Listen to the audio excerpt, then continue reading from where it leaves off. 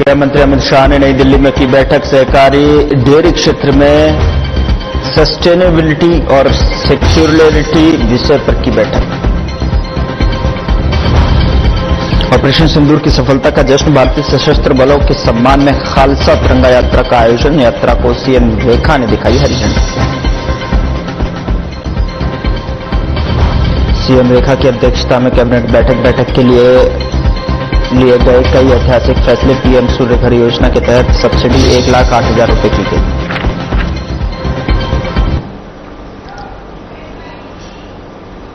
नमस्कार, मैं हूं आपके साथ गौरव राजेंद्र। बुलेटिन की शुरुआत करते हैं। केंद्रीय सहकारिता मंत्री अमित शाह ने कहा कि श्वेत क्रांति के दूसरे चरण के अंतर्गत सहकारी डेयरी क्षेत्र में सतत विकास सुनिश्चित किया जाना चाहिए। केंद्रीय सहकारिता मंत्री नई दिल्ली में सहकारी डेयरी क्षेत्र का एक बैठक को संबोधित कर रहे थे।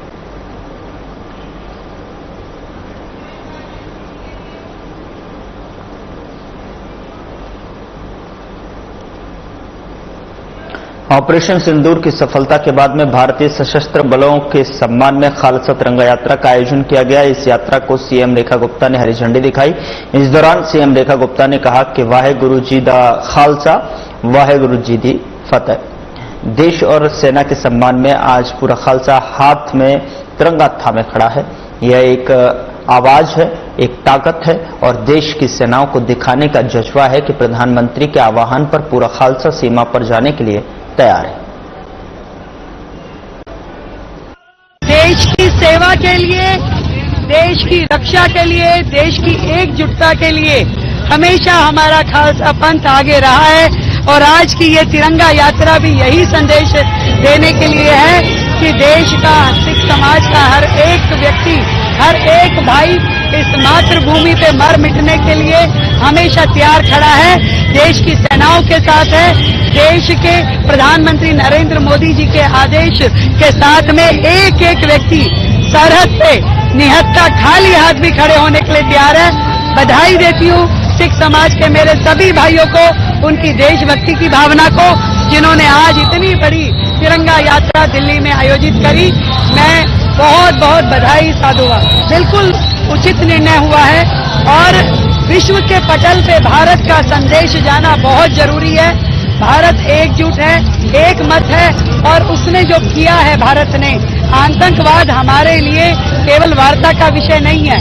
हमारे देश के एक भी व्यक्ति का आतंकवाद के कारण से प्राण गंवाना अब भारत को मंजूर नहीं। अब एक ऐसी सरकार यहाँ देश में बैठी है जिसमें निर्णय क्षमता है और जो विश्व को अपनी बात कहने में, समझाने में सफल है। मैं उनकी देशभक्ति पे सवाल उठाती हूँ कि आज उनको अपने देश से, मातृभूमि से प्यार ही नहीं है। जो देश की सेनाओं पे उंगली उठाता है उसे ये ध्यान में रखना चाहिए कि एक उंगली यदि तुम देश की सरहद की ओर करते हो तो 4 उंगली आपकी अपनी ओर है। आपने देश के लिए आज तक किया क्या है? आपने देश को तोड़ा, बांटा, मरोड़ा। आपने कभी देश हित में कोई निर्णय नहीं लिया है। भारत की तरफ से पाकिस्तान में छुपे आतंकियों को निशाना बनाने के लिए चलाए गए ऑपरेशन सिंदूर ने तय लक्ष्य हासिल किए। इस अभियान से न सिर्फ आतंक के आकाओं का खात्मा किया गया बल्कि पाकिस्तान ने भारत पर हमला कर अपना आतंक परस्त चेहरा भी दुनिया के सामने रख दिया। दिल्ली सीएम रेखा गुप्ता ने कहा कि ऐसी सॉफ्ट वॉल चलाई है दिल्ली से कि अगर चले तो सीधा पाकिस्तान जाकर रुके। पूरे विश्व को यह भी बता दीजिए, अभी जो आतंकवादियों के साथ हुआ वो तो सिर्फ एक सॉफ्ट बॉल थी, पिक्चर अभी बाकी है। चलाइए कि दिल्ली से यदि चले तो सीधा पाकिस्तान पे जाके रुके और विश्व को ये भी बता दीजिए, पूरे विश्व को ये भी बता दीजिए कि अभी जो हुआ आतंकवादियों के साथ वो केवल एक सॉफ्ट बॉल थी। पिक्चर अभी,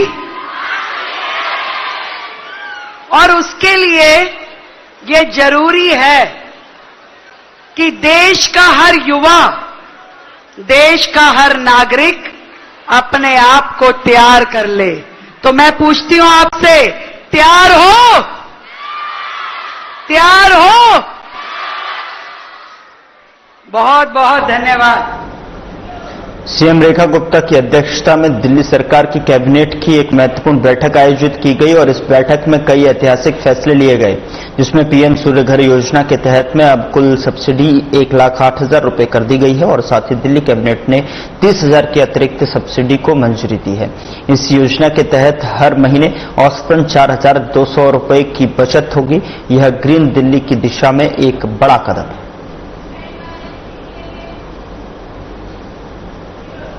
दिल्ली के समग्र विकास के लिए आज दिल्ली सचिवालय स्थित मुख्यमंत्री कार्यालय में सीएम रेखा गुप्ता ने शहरी आवासन मंत्रालय एवं दिल्ली सरकार की वरिष्ठ अधिकारियों के साथ में उच्च स्तरीय बैठक की और बैठक में किफायती आवास, आधुनिक शहरी और परिवहन प्रणाली के साथ साथ विद्युत क्षेत्र में सुधार और सार्वजनिक स्थलों के पुनर्विकास जैसे महत्वपूर्ण विषयों पर विस्तृत एवं सकारात्मक चर्चा की और साथ ही पिछली सरकार के लंबित मुद्दों को शीघ्र समाधान पर और जनहित से जुड़ी प्राथमिक परियोजनाओं के त्वरित क्रियान्वयन के लिए समन्वय और साझेदारी के साथ में कार्य करने पर सहमति व्यक्त की गई है। बैठक के दौरान दिल्ली सरकार के कैबिनेट मंत्री उपस्थित रहे।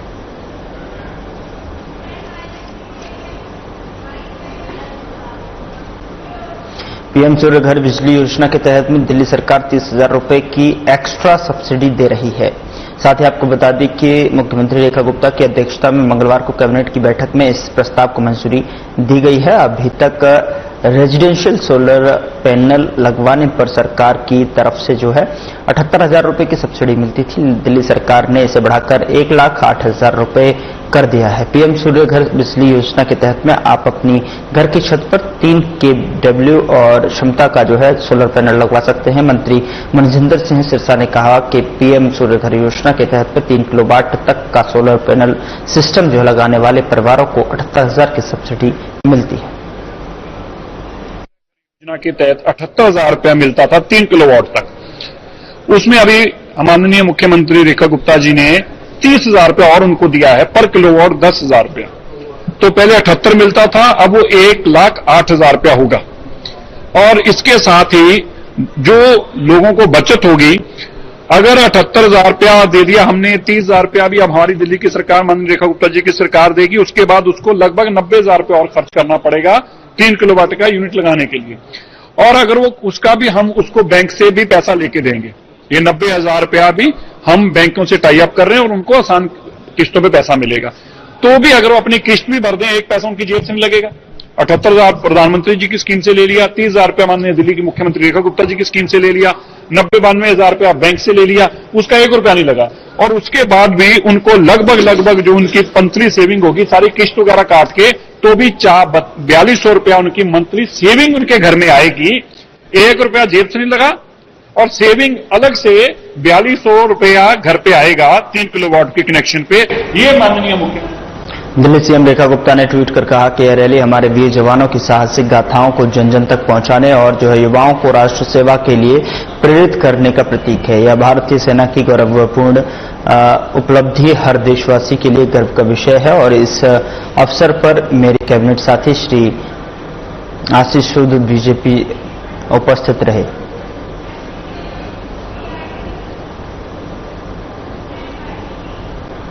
दिल्ली बीजेपी अध्यक्ष वीरेंद्र सचदेवा ने जानकारी दी कि बीजेपी दिल्ली प्रदेश कार्यालय से ऑपरेशन सिंदूर को समर्पित है और एक विशेष मोटर बाइक ग्रुप को तिरंगा लहराकर रवाना किया गया है। ये यात्रा दिल्ली से शुरू होकर पठानकोट, श्रीनगर, कारगिल, लेह और नुब्रा, तुर्तुक और पेंगोंग और विश्व की सबसे ऊंची मोटरवेल रोड उमलिंगला होते हुए मनाली तक जाएंगी। हर प्रमुख पास जैसे खारदुंगला, चांगला, जोजिला, फोटुला पर तिरंगा लहराकर ये हमारे वीर सैनिकों को नमन और प्रधानमंत्री नरेंद्र मोदी को धन्यवाद अर्पित करेंगे।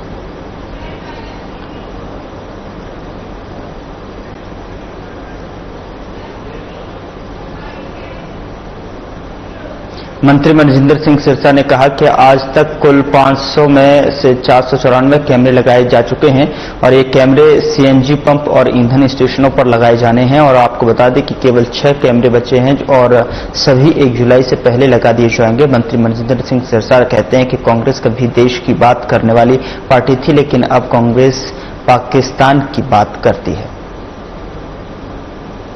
कर रहे हैं 494 कैमरे लग चुके हैं 500 में से। कुल 500 पेट्रोल पंप और सीएनजी स्टेशन पे लगने हैं और 500 फ्यूल स्टेशन में से 494 लग चुके हैं, मात्र 6 कैमरे रह गए हैं और 1 जुलाई से पहले ये सब लग चुके होंगे और 500 के 500 ANPR कैमरास जो लगेंगे उसके चलते एंड ऑफ लाइफ व्हीकल्स और पोल्यूटिंग व्हीकल्स जिसका PGUCC सर्टिफिकेट नहीं लिया, इन सब ऐसे व्हीकल्स को आइडेंटिफाई। कांग्रेस एक वो पार्टी थी जो कभी देश की बात करती थी, अब कांग्रेस है वो जो पाकिस्तान की बात करती है। कांग्रेस के कुछ नेता जिनको सुबह चीन याद आता है, दोपहर तक उनको तुर्की याद आने लग पड़ता है और रात आते आते पाकिस्तान याद आने लग पड़ता है। ये लोग देश का खाते हैं और विदेश का गुण गाते हैं। मैंने पहले भी कहा था, मैं एक बार फिर कहना चाहता हूं, देशभक्ति खून में होती है। अगर सर्टिफिकेटों से देशभक्ति बनती तो रोहिंग्यों के पास और बांग्लादेशियों के पास यहां से ज्यादा देशभक्ति होती। राहुल गांधी जिस पार्टी के अपने आप को मुखिया अनक्राउंड किंग बताते हैं, वो खुद ही भारत के नेटिव नहीं है, उनकी माताजी देश की नहीं है, तो इसलिए उनके अंदर विदेशी जो बातें हैं वो कागजों से देशभक्ति नहीं आती। कैलाश मानसरोवर यात्रा पर राज्य मंत्री कीर्तिवर्धन सिंह ने कहा कि अन्य सभी तीर्थ यात्राओं की तरह यह कैलाश मानसरोवर यात्रा भी आस्था में विशेष स्थान रखती है। कई वर्षों की देरी आंशिक रूप से जो है कोविड-19 महामारी और कुछ अन्य मुद्दों के कारण हुई थी, लेकिन यह उनकी भक्ति और भगवान शिव का आशीर्वाद है। साथ ही कई लोगों का प्रयास है कि सभी इस पवित्र और शुभ क्षण में एक साथ हैं और यह यात्रा फिर से शुरू होने वाली है। पवित्र यात्रा है, ये सबके समान ये भी है कि बहुत अपने धर्म में बहुत विशेष स्थान रखती है। ये जो डिले हुआ 5 साल का, इसमें कोविड-19 का भी एक इश्यू था और भी कुछ इश्यूज पैदा हो गए थे, लेकिन ये आप लोगों की भक्ति है और भगवान शिव जी का आशीर्वाद है और तमाम बहुत सारे लोगों का प्रयास है कि आज फिर हम लोग इस पवित्र और शुभ क्षण में हम लोग सब साथ बैठे हैं और इस यात्रा का शुरुआत फिर से होने जा रही है। I didn't know before, but recently I got to know that apart from Hindus, this Kailash Parvat जो है ये हमारे बौद्ध धर्म और जैन धर्म में भी इसका एक बहुत विशेष स्थान है। वो लोग भी इसको बहुत ही रिलीजियस उससे देखते हैं। I don't know how many of you knew that, हमें तो नहीं पता था, मेरे भी हाल में पता चला। I believe ऑनलाइन पोर्टल पे more than 5,000 people have applied और सबका तो चयन नहीं हो पाया, लेकिन जिनका चयन हुआ है उनको मैं बधाई देता हूं और जो इस वर्ष नहीं जा पा रहे हैं, हम अपनी तरफ से आश्वासन दे सकते हैं कि भविष्य में और नंबर्स शामिल करने के लिए और तीर्थयात्रियों को शामिल करने के लिए हम लोग इसमें जरूर कोशिश रखेंगे और भगवान की आपकी प्रार्थना जरूर सुनेगा और जो नहीं जा पा रहे हैं अगले साल उसके बाद जरूर आप लोगों को मौका भी भगवान देगा, इसमें कोई दो राय नहीं है।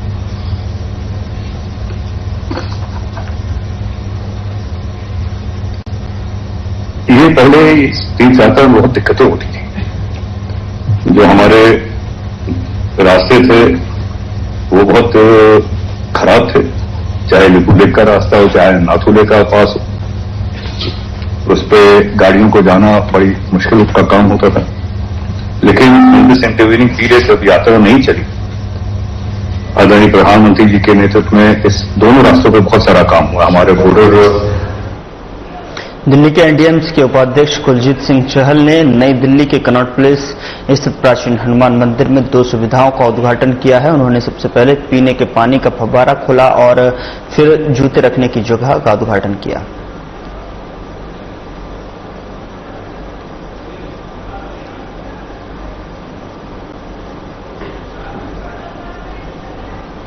प्याऊ और जूता घर का उद्घाटन किया है, तस्वीरें स्क्रीन पर हैं आपके, जहां पर प्याऊ और जूता घर का उद्घाटन कनॉट प्लेस स्थित प्राचीन हनुमान मंदिर में किया गया।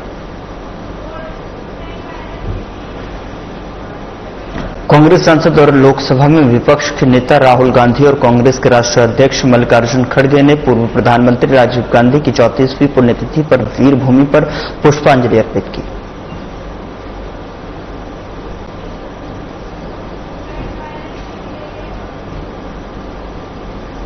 दिल्ली सरकार 21 मई से 31 मई तक 10 दिनों के भीतर सभी 38 अस्पतालों का निरीक्षण करेगी। स्वास्थ्य सचिव और 7 वरिष्ठ अधिकारी प्रत्येक अस्पताल में 1 घंटे का निरीक्षण करेंगे, जिसमें एमडी और एमएस द्वारा प्रस्तुतियां भी शामिल होंगी।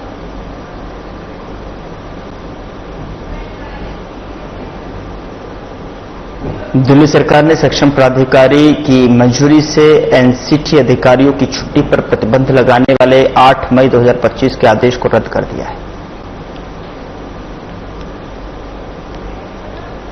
तो दिल्ली सरकार ने आदेश रद्द कर दिया है, जिसकी प्रति आपकी स्क्रीन पर है। एनसीटी अधिकारियों की छुट्टी रोकने वाले आदेश को रद्द किया गया है।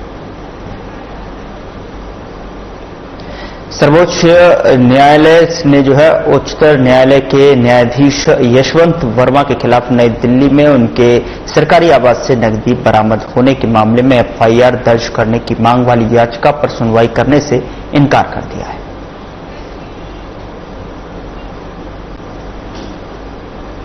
सर्वोच्च न्यायालय ने अशोका यूनिवर्सिटी के प्रोफेसर अली खान महमूदाबाद को अंतरिम जमानत दे दी है। बता दें कि प्रोफेसर खान को ऑपरेशन सिंदूर के बारे में कथित तौर पर आपत्तिजनक सोशल मीडिया पोस्ट करने के लिए गिरफ्तार किया गया था।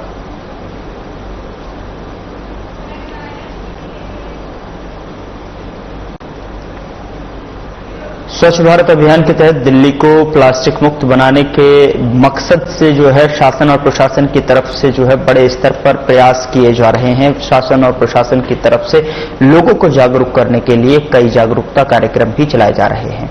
लोगों के बीच में जागरूकता फैलाने की इसी कड़ी में शाहबाद दौलतपुर में स्थित दिल्ली टेक्निकल यूनिवर्सिटी में दिल्ली को प्लास्टिक मुक्त बनाने की दिशा में एक कार्यक्रम का आयोजन किया गया। दिल्ली नगर निगम की तरफ से आयोजित इस कार्यक्रम में कई संस्थाओं का भी सहयोग रहा है। इस मौके पर दिल्ली विधानसभा अध्यक्ष विजेंद्र गुप्ता मुख्य अतिथि के रूप में मौजूद रहे। और आपको बता दें कि इसके अलावा कार्यक्रम में दिल्ली नगर निगम में उप महापौर जय भगवान यादव, निगम में कमिश्नर अश्विनी कुमार के साथ में निगम और भी कई अधिकारी शामिल हुए। और इस दौरान दिल्ली विधानसभा अध्यक्ष विजेंद्र गुप्ता ने कहा कि दिल्ली सरकार और नगर निगम की तरफ से जो है प्लास्टिक मुक्त बनाने की दिशा में बेहतर प्रयास किए जा रहे हैं। विजेंद्र गुप्ता ने इस कार्यक्रम में सहयोग करने वाली अन्य सामाजिक संस्थाओं को भी जो है बधाई का पात्र बताया है। उन्होंने कहा कि इस सार्थक कदम का ही परिणाम है कि आज वेस्ट टू एनर्जी प्लांट के माध्यम से कूड़े से बिजली पैदा करने का काम किया जा रहा है। दिल्ली नगर निगम को बहुत बहुत बधाई देता हूं और दिल्ली टेक्नोलॉजिकल यूनिवर्सिटी को बहुत बहुत बधाई देता हूं और तमाम संस्थाओं को जिन्होंने इसमें सहयोग किया उनको भी बधाई देता हूं कि उन्होंने एक अवेयरनेस प्रोग्राम यहाँ पर आयोजित किया, जिसकी बहुत जरूरत है दिल्ली को। और दिल्ली की अगर आज सबसे बड़ी चुनौती है तो वो है प्लास्टिक। और मुझे लगता है कि प्लास्टिक के खिलाफ ये जो जंग है एक मुकाम तक पहुंचेगी और ये जो कारवां है ये आगे बढ़ेगा।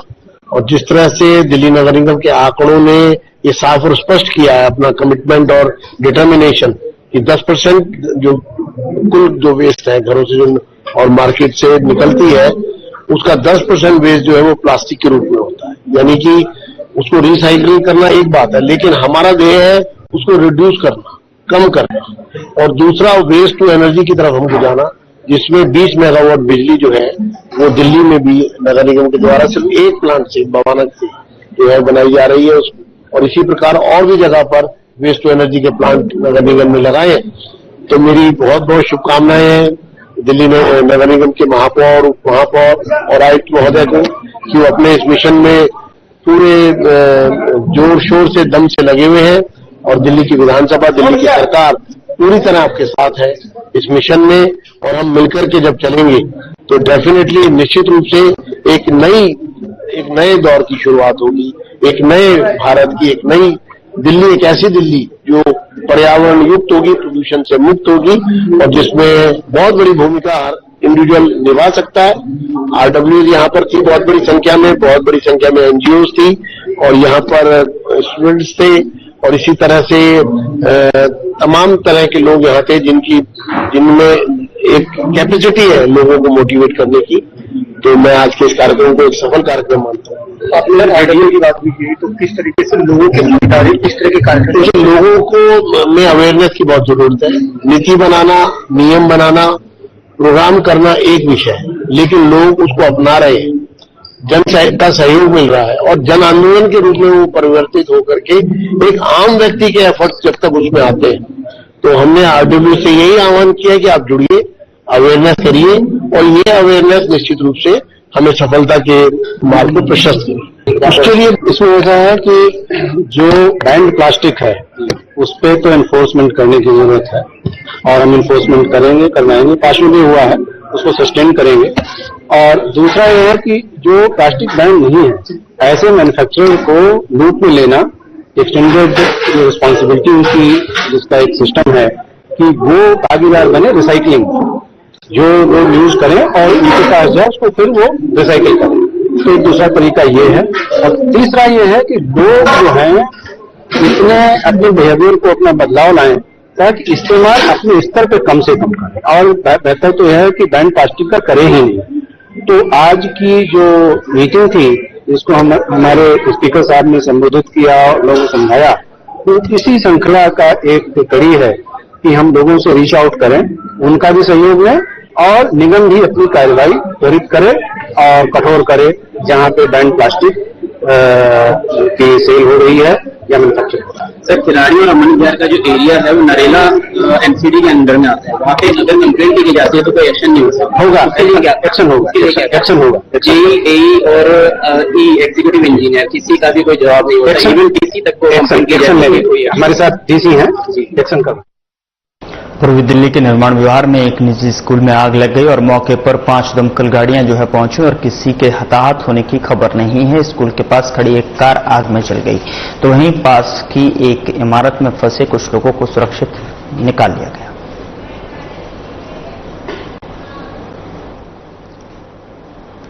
साउथ एक्सटेंशन के पंजाबी बाजार के 6 दुकानों में तड़के आग लग गई और दिल्ली अग्निशमन सेवा के अनुसार सुबह लगभग 4 बजे आग लगने की सूचना मिलने के बाद 9 दमकल कर्मी घटनास्थल पर पहुंचे और आग पर लगभग सुबह 6:15 बजे काबू पा लिया गया।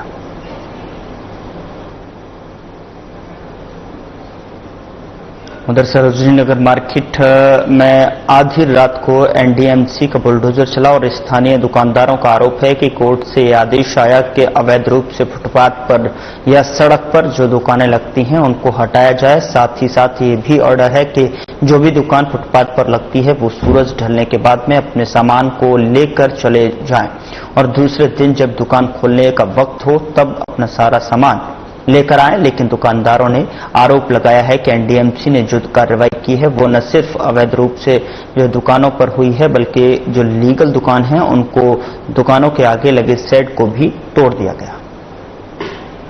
आज आप देख ही रहे हैं जी अपनी आंखों से, सारी कम से कम 500 दुकानों के अंदर जिन्होंने तोड़फोड़ करी और हम लोग ऑथोराइज हैं, लाइसेंस फीस देते हैं, किराया देते हैं दुकानों का, इनकम टैक्स देते हैं।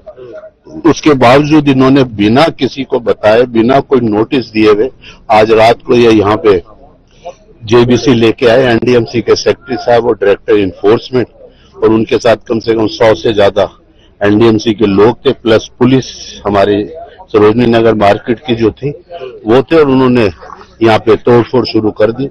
मेरे को तो 11:15 बजे तक यहाँ के लोगों से फोन किया कि जी आपकी दुकानों में जो है बुलडोजर चल रहेगा, तो हम लोग यहाँ पे भाग के आए। उसके बाद सारे लोग स्पेशल स्टाफ ने न्यू सीलमपुर में एक जुआ रैकेट का भंडाफोड़ किया। जुआ खेलते हुए 8 आरोपियों को जो है गिरफ्तार किया गया है। आपको बता दें कि 15.46 लाख रुपए नगद और 156 ताश के पत्ते बरामद किए गए हैं। सीलमपुर पुलिस स्टेशन में दिल्ली पब्लिक गैम्बलिंग एक्ट के तहत मामला दर्ज किया है।